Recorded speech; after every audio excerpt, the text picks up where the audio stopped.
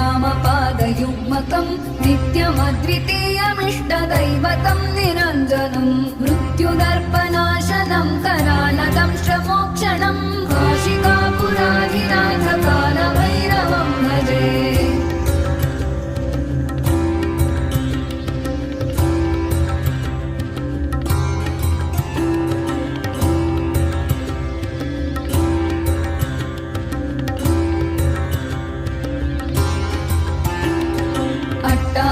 भिन्न पद्मजाण्डकोश सन्ततिं दृष्टिपातनष्टपापजालमुग्रशासनम् अष्टसिद्धिदायकं कपालमालिकाधरम्